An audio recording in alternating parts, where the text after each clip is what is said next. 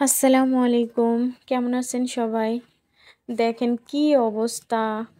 আসলে চাঁদপুর থেকে মামার বাড়িতে আসলাম। আসতে দেখলাম যে রাস্তায় পানি উঠে গেছে। অনেকের বাসার ভিতরে পানি। মানে বাসার ভিতরে পানি তো অনেকটুক পানি। তো যখন এগুলো দেখতেছি ভাবলাম যে একটু ক্যাপচার করে নেওয়া যায়, সবার সাথে শেয়ার করা যায়। সেজন্য হচ্ছে যেটা ভিডিও করা। দেখেন রাস্তার মধ্যে পানি। কি অবস্থা মানে কি বলবো আসলে এতটা পানি এতটা বৃষ্টি হয়েছে এটা তো বাসায় থেকে বলতেই পারবো না।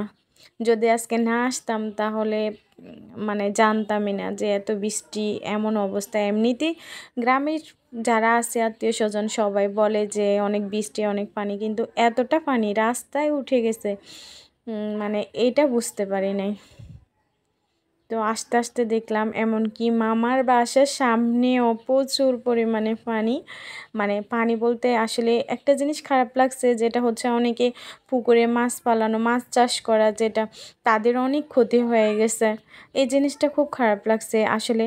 আর যাদের এই ধরনের টেনশন নাই, তারা মাছ ধরতেছে, তাদের ঈদ চলতেছে।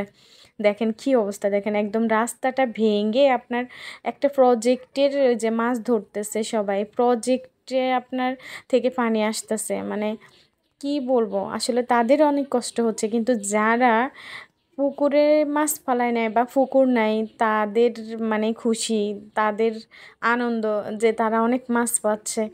এই আর কি অবস্থা। তবে আমার পানি দেখলে অনেক ভালো লাগে, মাছ ধরতে অনেক ইচ্ছে করে। এই আর কি। তো মামার বাড়িতে আছি, তো বাড়িতে গিয়ে দেখি মাছ ধরা যায় কিনা।